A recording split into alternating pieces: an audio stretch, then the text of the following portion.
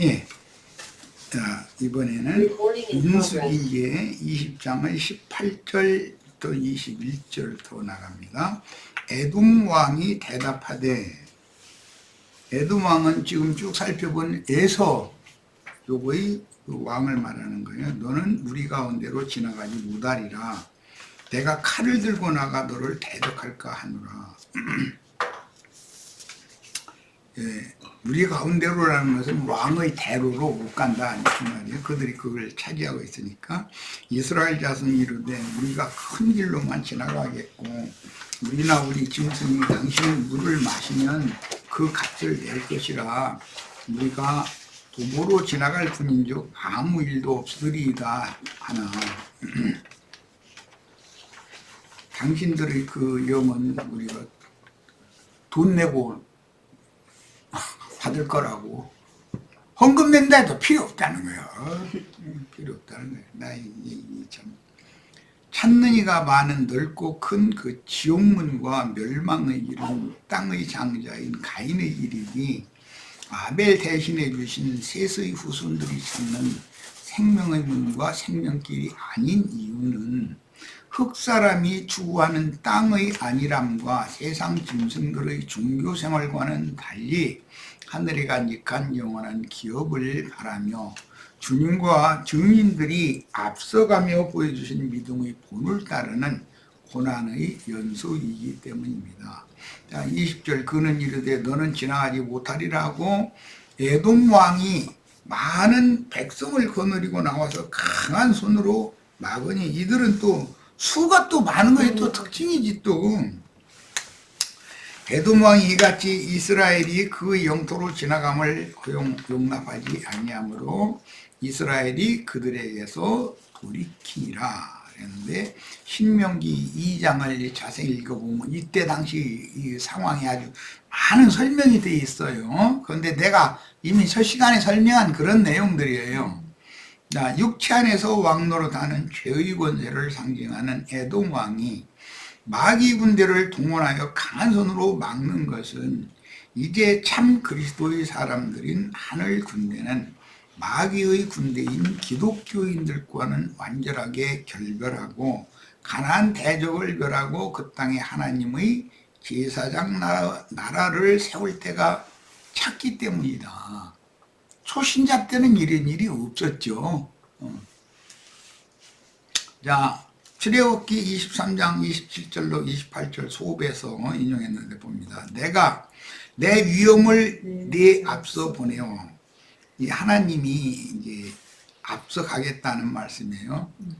네가 이를 곳의 모든 백성을 물리치고 네 모든 원수들이 네게 등을 돌려 도망하게 할 것이며 내가 왕벌을 네 앞에 보내리니 그 벌이 히위 족속과 가나안 족속과 헷 족속을 네 앞에서 쫓아내리라 그랬어요.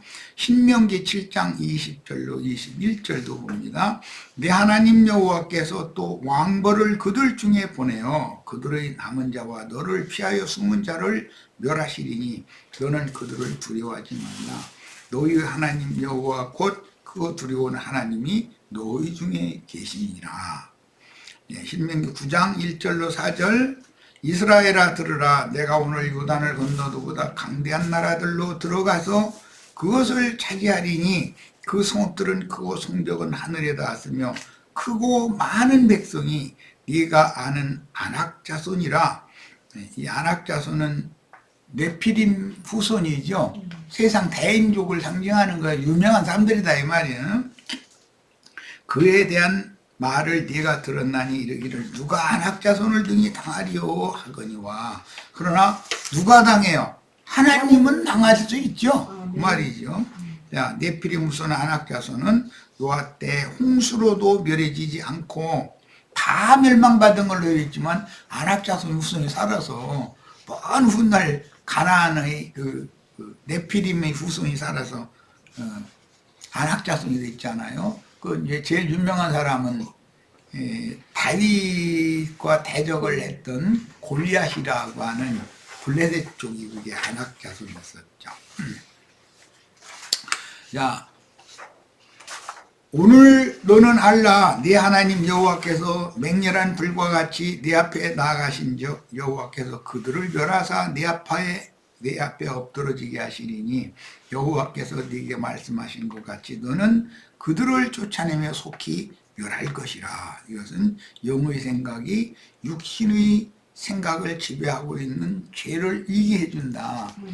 육신의 생각 속에서 왕으로 타는 세상과 율법의 저주를 능히 다 물리치고 이길 수 있게 해준다. 이제 그 말인데, 내 하나님 여호와께서 그들을 내 앞에서 쫓아내신 후에 네가 심중에 이르기를, 그러면 내가 싸워서 이기라는 거예요. 하나님이 싸워서 이겨줄 거니까 너는 나만 따라오라는 거예요, 지금. 자, 이제 믿음의 법칙이 적용될 때가 왔다 이 말이에요. 이제 지금까지는 믿음을 길러내는 과정을 거쳐서 광야 40년이라고 하는 과정을 거치게 만들었고, 이제는 믿음을 자신이 적용을 해야 되는 것이죠. 이제 가나안 땅에 접전을 하기 위해서 여태까지 광야 연단을 받은 거니까. 광야 연단을 받았다는 것은 장성한 믿음으로 기름을 받았다. 하나님의 집에서 기름을 받고 연습을 했다. 이제 그 말이니까. 자, 그들을 네 앞에서 쫓아내신 후에 네가 심중에 이르기를, 내 공의로움으로 말미암아 나의 오름이나 나의 선함으로 이게 원수를 이긴 게 아니라는 거죠. 그럼 뭘로 된 거예요? 믿음으로 된 거예요. 믿음으로. 자, 여호와께서 나를 이 땅으로 인도하여 드려서 그것을 차지하게 하셨다 하지 말라. 이 민족들이 악함으로 말미암아 여호와께서 그들을 내 앞에서 쫓아내십니다. 그러니까 나보고 싸우라는 게 아니라 내가 가서 싸울 거니까 너는 나만 따라와라. 지금 그 말인 거죠.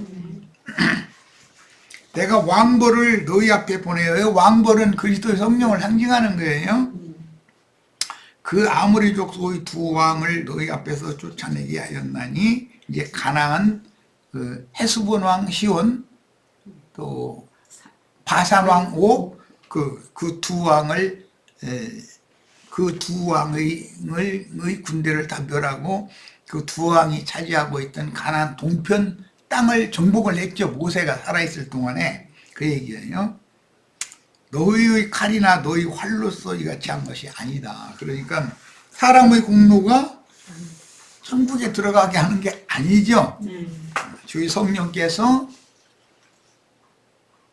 내 앞서서 공중권세 잡은 악의 영들을 대적해서 이기게 해주심으로 되는 일인 것이죠. 그럼 우리는 그냥 주님께 맡기고 믿음으로 따라만 가면 되는 거예요. 그 이제 이렇게 전하면, 그렇게 천국 들어가는 게 쉬워가지고 쓰겠냐고 말이에요. 우리가 뭐 좀 해야 되지 않냐 자꾸 이런단 말이에요. 근데 그것이 사람이 악령을 대항해서 싸울 수 있어요? 마귀를 사람이 이길 방법이 있어요? 마귀는 지혜나 지식이나 모든 것에 있어서 인간을 훨씬 능가해요. 그러니까 다 사람을 미혹해서 사람을 잡아먹을 수 있는 거잖아요. 자, 에돔 아말렉 왕은 육체 안에서 왕노릇하는 죄를 상징하므로 육으로 하나님을 섬기는 무리의 대표자요 인도자들로 나타나는데, 그들은 가나안 땅의 입구를 차지하고 있으며, 그것은 이제 신약에서는 육신의 생각이 이제 그들에게 점령당해 있다 이 말이죠. 생각이 문이기 때문에 그 육신의 생각을 영의 생각으로 돌파하지 않으면 천국에 들어갈 수가 없는 입구가 막혀 있기 때문에, 육신의 생각을 따라 율법 선생 노릇을 하는 유대교 지도자들을 대표합니다. 이들은 천국문을 막아서서 자기도 들어가지 않고 생명을 얻기 위하여 생명나무와 생수의 우물에 나아가려는 자들의 길을 막고 지키는 육체의 율법 교사들에 대한 비유인데, 그들은 두루 도는 화염검을 가지고 있는 그룹들로 비유되었습니다. 이들은 계시록 17장, 18장에서 땅의 상고들이요, 바다에서 배부리는 선주들이요, 선장들이요, 술사들이요, 바벨론의 박사들인데 땅의 왕족들이며 큰 음료의 일곱 머리 짐승들이다라고 했어요. 예, 일곱 머리 짐승들이 가나안의 일곱 족속의 왕족들이죠.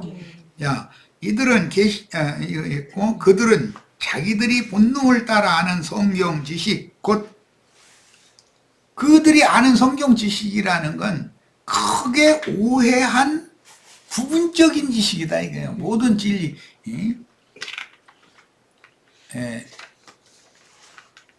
진리를 옳게 분별하는 지혜와 계시의 영에 의하여 모든 진리 가운데로 인도받은 그런 영적 지식이 아니다 이게. 그러니까 이런 본능적인 지식을 갖고 있는 사람은 여전히 옛사람이죠. 영과 생명의 지식으로 생명이 바꿔지면 새 사람이 되는 거예요. 자, 이 이치를 지금 민수기 20장에서 7장까지 이렇게 쭉 보면 이제 앞으로 나가는 그 길을 보면은 이제 22장 이후에 25장, 6장인가까지는 발람과 니굴라당 그 발람과 모압왕 발락이 이렇게 저주를 자꾸 하는 이제 그런 말씀으로 이어지고 최후로 약속의 땅에 들어갈 자들을 계수를 해놓고 그 다음에는 모세가 죽고 그 다음에는 이제 민수기는 끝나고 이제 이어지기는 신명기로 이어지는 게 아니라 실제로는 여호수아서로 이제 연결이 돼야 되는 것이죠. 이렇게 구조가 흘러가고 있어요.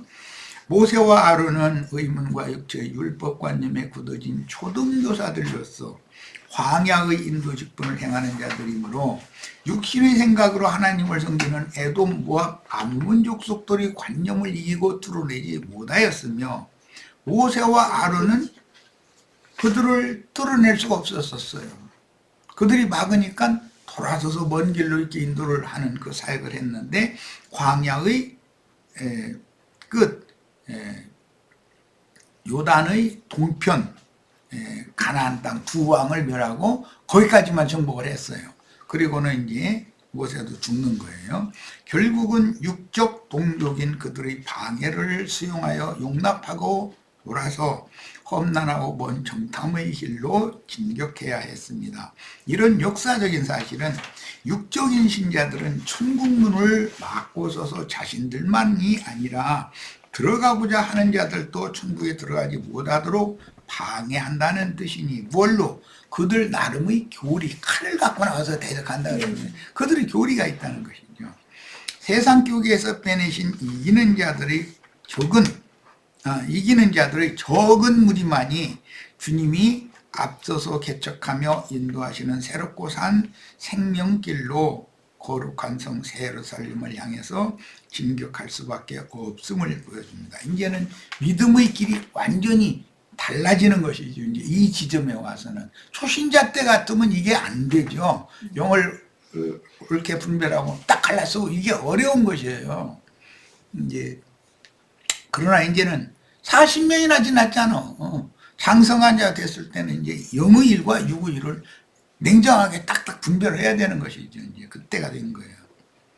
새 시대가 오면 새 언약의 경륜에 따라야 하며 새 술은 새 부대에 담고 새 천은 새 옷을 만들어 입어야지 새 술을 낡은 부대에 담거나 새 천을 낡은 옷에 기워 입는 것은 하나님이 정하신 때와 기한에 맞춘 사역이 아님을 분명하게 분별해야 합니다. 아직까지도 요한의 진배를 받아야 된다고 지난번에 그 김재교 목사가 아무리 설득을 하려도 안 되잖아요. 별 얘기를 다 해도. 왜? 그게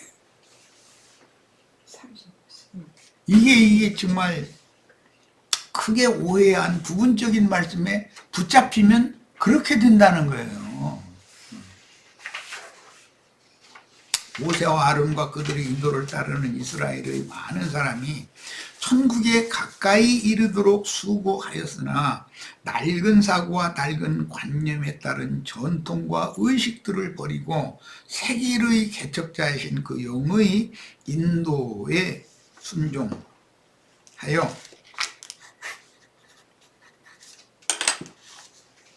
다시 정탐들의 길을 개척하며 가려 하지 않기 때문에 결국 그들은 그들의 전통 이것을 떠나려고는 하죠. 목사라는 용어가 성경에 없습니다 이러면 화를 내버려. 그래도 그럼 우리 대대 2000년 동안 목사제도를 2000년이 아니지 500년 동안 목사제도를 해왔는데 그러면 그 목사들이 다 잘못됐냐? 다 잘못했죠. 성경에 없는 것을 했으니까. 이렇게 명백하게 가르쳐 줘도 자신들이 관념에 굳어져 있기 때문에 자신들이 전통을 지키려고 그러지 진리를 따라서 회개하려고 그러지 않는다는 거예요. 유대교는 하나님의 말씀을 먼저 받았으나 끝내 육신의 일 땅에 속한 세상사만 추구하다가 그 영이신 하나님께 버림이 되고 말았으며 기독교인들 중에는 거듭난 신자들이 많으나 육체로 하나님을 섬기던 예법들을 종교의식으로 받아들여 형식과 전통에 굳게 잡혀서 정탐들의 길을 따르려 하지 않습니다. 그 길은 이스라엘 백성들이 불평하는 것처럼 이 길이 너무 험난한 길이다. 이게 신앙길은 험난한 길이 평탄한 길이 아니죠. 세상의 빈 껍데기들인 의문과 육체에 상관된 계명의 율법을 붙잡고 헐의 허식을 중하게 여기는 관념을 드러내지 못하여 결국은 하나님을 힘써 대적하는 신약의 유대 종교인 자칭 유대인의 회와 당 짓는 자들의 종교 집단으로 지금 전락한 것이 기독교의 현실이죠. 그때 당시 광야 끝에서 만난 이스라엘의 상황이 이 벽에 지금 부딪힌 거예요. 이제는 그들과는 너희가 절대로 하나 될 수 없다라는 걸 철두철미하게 이제 배워야 된다는 거예요. 그들에게 아무리 사정을 해도 그들이 우리를 동역해 주지는 않아요. 세상과 동역하지 그들은. 이것이 마귀의 간교하고 교활한 술책임을 알아야 하며 우리는 모든 종교의식과 외식들과 비진리 가르침들을 과감히 배격하고 신약경륜에 충실하여 영에 속하고 영으로 하나님을 섬기는 제사장 나라를 이루어야 합니다. 약속의 땅에 들어가기 위해서는 반드시 에돔, 모압, 암몬 지경을 돌아서 전혀 새로운 새 길인 정탐들의 비밀스러운 길을 개척하며 진군해야 하므로 세속교계에서 이기는 자들을 빼내어 하늘에 기록한 장자들의 교회로 세워지는 새 길은 평탄하고 안일한 길만 추구하는 세상교계의 종교인들이 절대로 따라올 수가 없습니다.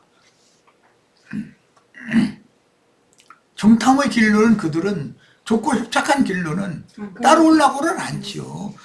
광해 40년 연단을 받은 하나님의 백성들도 길을 그쪽으로 돌리니까는 원망 불평하다가 불뱀물려 다 죽었다는데 참 그들은 너무 참 내가 그런 말씀 드릴 때는 안타까워. 아니 천국 문 앞에까지 왔는데 불뱀물려서 다 죽어버리면 뭐야 여태까지 역고생한 거 아니야. 자 20장 22절 26절 마지막 단락입니다. 이스라엘 자손 곧 온 회중이 가데스를 떠나 호르산에 이르렀더니 가데스 바네아에서 큰 길로 갈 수 없는 상황이 있었는데도 앞으로 더 나갔어요. 호르산이라는 데는. 거기는 아론이 죽는 장소죠. 가데스는 미리암이 죽는 장소고. 자, 여호와께서 에돔 땅 변경 호르산에서 모세와 아론에게 말씀하시니라. 이르시되, 자, 호르산은 가데스와 아랏 사이 에돔의 경계가 되는 산으로 아론이 죽어서 속사람과 겉사람이 분리되고 속사람은 하나님께 데려감을 받은 산입니다.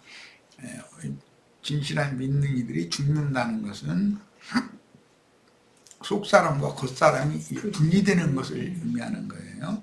그러면 이 겉사람은 한 줌 흙으로 다시 돌아가고 속사람은 하늘의 하나님께로 데려감을 받는 거예요.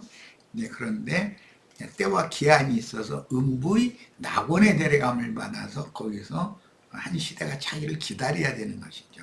자, 아론은 그 조상들에게로 돌아가고 내가 이스라엘 자손에게 준 땅에는 들어가지 못하리니 이는 너희가 무리와 물에서 내 말을 거역한 까닭이니라. 너는 아론과 그 아들 엘르아사를 데리고 호르산에 올라 아론의 옷을 벗겨 그의 아들 엘르아사에게 입히라. 아론은 거기서 죽어 그 조상에게 돌아가리라. 그 조상에게 돌아간다는 건 그 조상의 그 믿음 세계로 간다는 것과 같은 말이 되는 것이죠. 새하늘과 새 땅의 가나안 기업에 들어갈 수 없는 원인이 된 가데스의 무리바 물에서 하나님의 말씀을 거역한 연고란 반석을 2번 친 것을 의미하는데, 이미 상관 바와 같이 반석을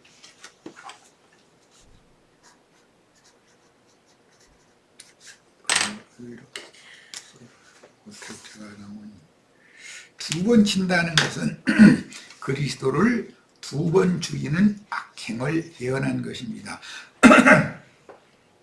조림하신 인자 예수를 죽인 것은 하나님의 정하심에 따라 출애굽기 17장에서 율법 지팡이의 침을 받았으나, 2번째는 지팡이를 잡고 오직 명하여 물을 내게 하라고 하셨는데, 모세와 아론은 백성들을 책망하여 반석을 2번 친 것으로 예표되었습니다. 초신자 때는 지팡이를 쳐서 물을 내게 해야 되는 것이죠. 이제 40년 지난 다음에는 다 자랐는데, 가정에서 부모가 자식을 길러도 말 안 듣는다고 혼내키고 매질을 할 때는 어린아이 때인 것이지, 만약에 군대 갔다 오는 아들을 아버지가 매질을 한다면 그게 장성한 처녀가 이제 시집갈 때가 됐는데 아버지가 딸 말 안 듣는다고 매질을 한다고 그건 말도 안 되는, 그건 교육이 아니죠. 그런 이치와 똑같은 거다. 하나님은 생명의 자람에 따라서 사람을 대하는 것을 당연히 달리하신다. 이게 생명의 법칙이죠.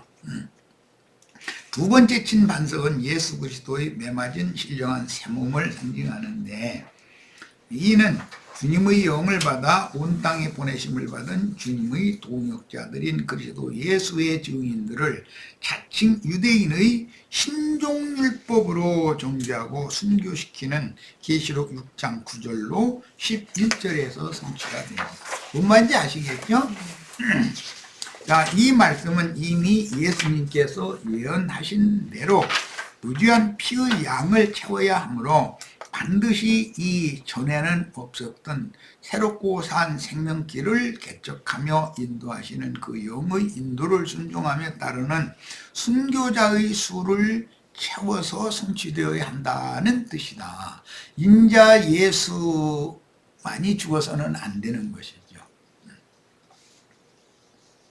순교자의 수가 또 채야 되는 것이죠.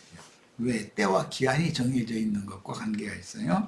자, 계시록 1장 7절 볼지어다 구름을 타고 오시리라. 각인의 눈이 그를 보겠고 그를 찌른 자들도 볼 것이요 땅에 있는 모든 족속이 그를 인하여 애곡하리니 그러하리라. 아멘.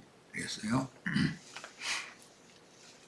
여기에서 그를 찌른 자들이라는 이제 이 말씀이 양면 적용을 해야 되는데, 인자 예수를 찌른 자들은 로마 군병들이죠.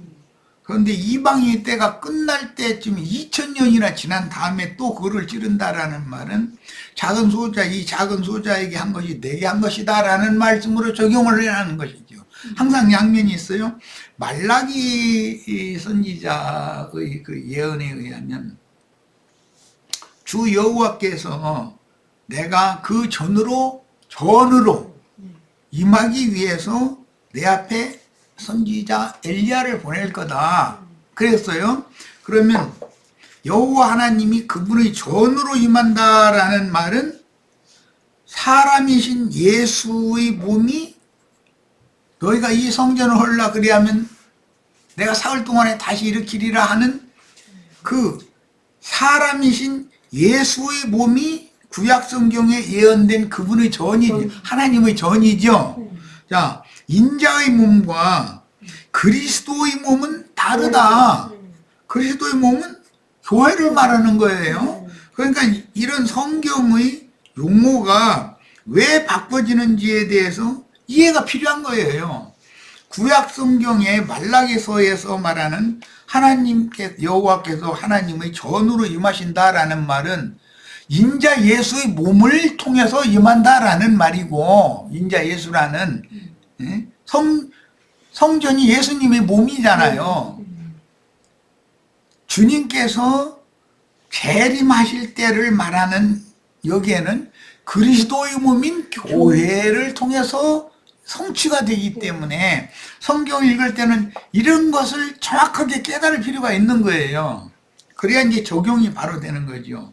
그래서 항상 그 영의 인도를 따른다라는 것은, 즉 아다락길로 따라간다라는 것은 그게 이제 좁고 협착한 길인데 모든 진리 가운데로 인도를 끝까지 따라가는 걸 말하는 거예요. 그런 것이지 어떤 부분적인 진리에 딱 붙잡히고 거기 머물러 버리면 그 사람 구원은 거기까지 이라는 거예요. 자, 이 말씀에서 글을 찌는 자들이란 하나님의 말씀과 예수의 증거로 인하여 목배임을 당한 순교자들, 곧 주의 증인들인 대언의 영들입니다. 주님께서 다시 오실 때 그들은 주와 함께 영적인 왕권과 제사장권을 가지고 이제 곧 나타날 새 세상에 강림하실 것입니다. 주님은 임하시는 면이 있고 긴 기간 동안 계속 임하시나 최종적으로는 나타내실 때죠. 자, 이게 때와 기한이 정해져 있기 때문이에요. 주님께서 세우신 천국인 교회들을 위하여 온 땅에 보내신 하나님의 일곱 영인 주의 사자들은 예수의 증인으로 복음을 위해서 순교한 증인들이며, 시대의 종결기에는, 그러니까 글을 찌르는 자들이 볼 것이요 할 때 계시록에서 글을 찌른 자들과 사복음서에서 예수를 찌른 자들이 같은 사람들이 아니죠. 그럼 찌른 자들은 누구예요? 혈통적으로는 동족이다 이게요. 스가랴 선지자는 내 친구의 집에서, 친구야, 혈통을 보면 친구의 집에서 내가, 당신 옆구리 상처는 그거 뭐요? 그러니까 내 친구 집에서 받은 상처다 이런다는 거잖아요. 그러니까 세상 교계에 의해서 이렇게 박해와 대적을 당한다 이런 말이죠. 주님께서 세우신 천국인 교회들을 위하여 온 땅에 보내신 하나님의 일곱 영인 주의 사자들은 예수의 증인으로 복음을 위해서 순교한 증인들이며, 시대의 종결기에는 추수하는 일꾼들을 온천하에 보내시고 알곡들을 추수하게 하실 것인데, 그들은 결국 가라지의 단으로 묶인 세상 교계의 정죄를 받고 순교함으로 모든 예언을 이루게 될 것입니다. 예수께서 기자들을 팔레스타인 땅에 파송을 12제자 70제자를 파송한 것이 있었죠. 그 영이 되어서 모든 민족에게 또 파송을 하신 말씀이 있죠. 계시록에서 10장의 작은 책의 말씀을 힘센 천사에게 받아먹은 주의 증인들을 또 열국과 방언과 모든 민족에게 나가서 네가 다시 예언을 하라고 최종적으로 또 보내시죠. 그럼 그것은 최종적으로 보내심을 받은 자들은 한 시대를 마감하기 위한 마지막 추수꾼들을 보낸다 그 말이잖아요. 야, 그러니까 성경을 읽을 때는 어떤 한 구절에 잘못해서 그 은혜가 됐다고 해도 거기에 붙잡혀 버리면 안 된다 이거예요. 자, 이번에는 27절로 29절 갑니다. 모세가 여호와의 명령을 따라 그들과 함께 회중의 목전에서 호루산에 오르니라. 모세가 아론의 옷을 벗겨 그의 아들 엘르아살에게 입히매 아론이 그 산 꼭대기에서 죽으니라. 모세와 엘르아살이 산에서 내려오니 온 회중 곧 이스라엘이 온 족속이 아론이 죽은 것을 보고 그를 위하여 30일 동안 애곡하였더라 그랬어요. 아론의 죽음은 아론 반차의 제사장 제도의 종교를 상징하므로, 그러니까 율법과 선지자의 때는 이제 끝났다 이렇게 적용을 하는 것이죠. 또 오늘날 우리들에게 말하자면 이제는 은혜의 시대는 종결되고 공의의 시대가, 인마진 이스라엘 12지파의 새 시대가 온다, 이제 이런 말이단 말이야.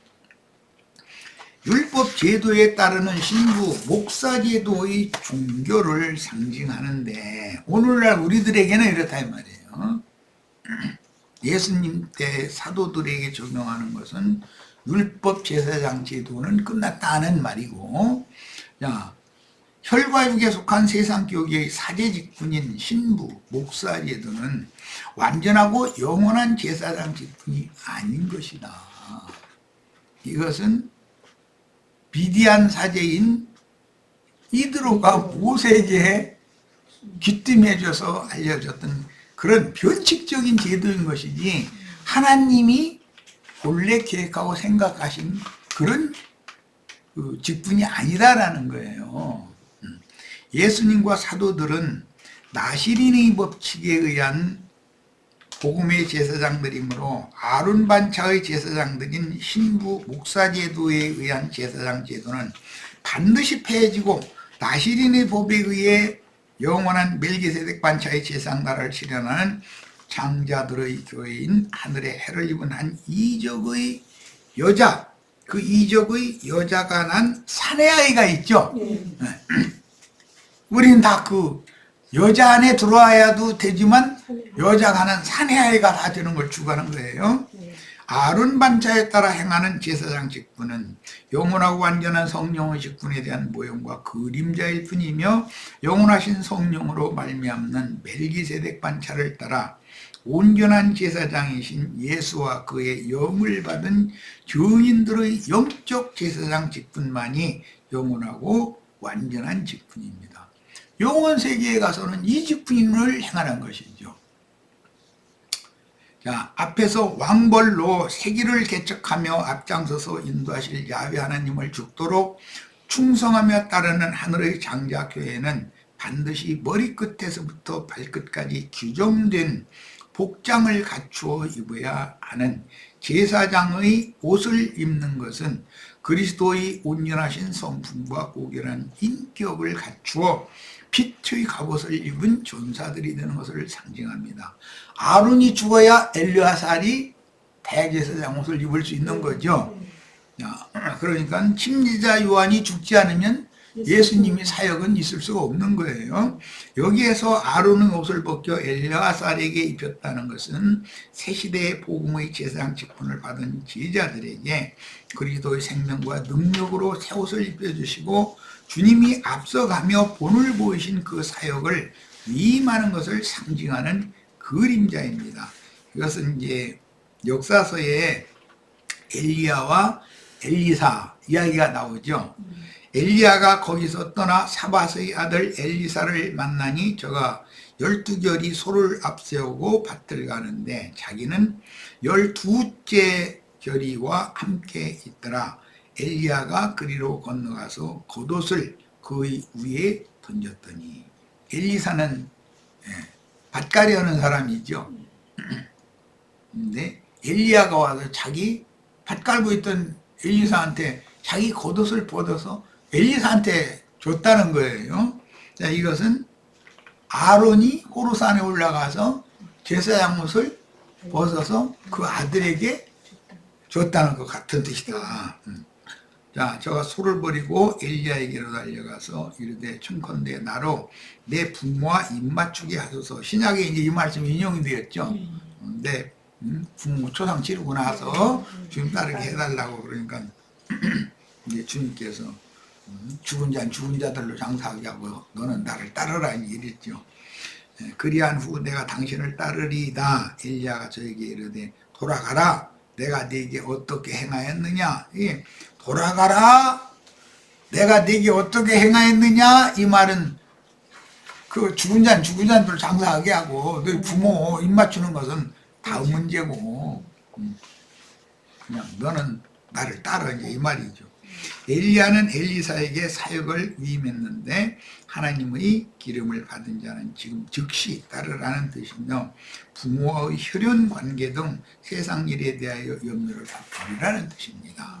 엘리사가 저를 떠나 돌아가서 소 한 겨리를 쥐하여 잡고 소의 기부를 불살라 백성에게 좀 먹게 하고 일어나 가서 엘리야를 쫓으며 수동들었더라. 그러니까 부모님하고 이별 인사 누구도 그냥 바로 스승 따라간 거죠.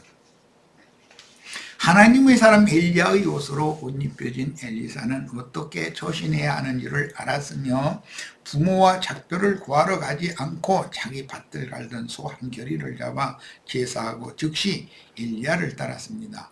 이 그림은 왕벌로 앞장서서 새롭고 산 생명길 아다랏길로 길을 전에 정탐들이 갔던 길을 지금 예수님이 개척해가면서 이제는 정탐들은 12명만 갔지만 이제는 200만이 넘는 어마어마한 무리가 따라가야 되는데 길을 개척해야 되잖아 이제.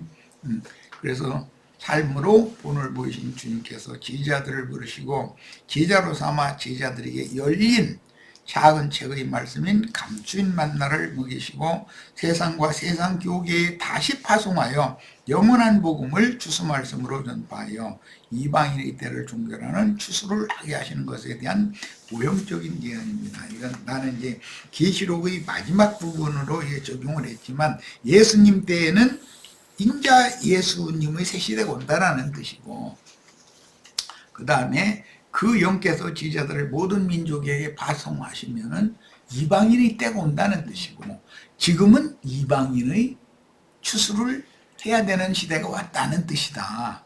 그 다음에 이제 계시록 1장 6절 그 아버지 하나님을 위하여 우리를 나라와 제사장으로 삼으신 그에게 영광과 능력이 세세토록 있기를 원하노라.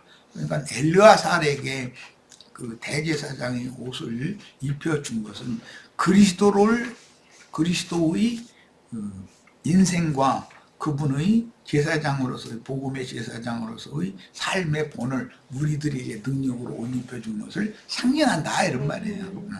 엘르아살에게 옷 입혀준 것만 생각하지 말고 이것은 우리들에게 주님께서 그리스도로 옷 입혀주셨다. 능력과 권세로 옷 입혀주셨다. 이렇게 받아야 되는 거죠.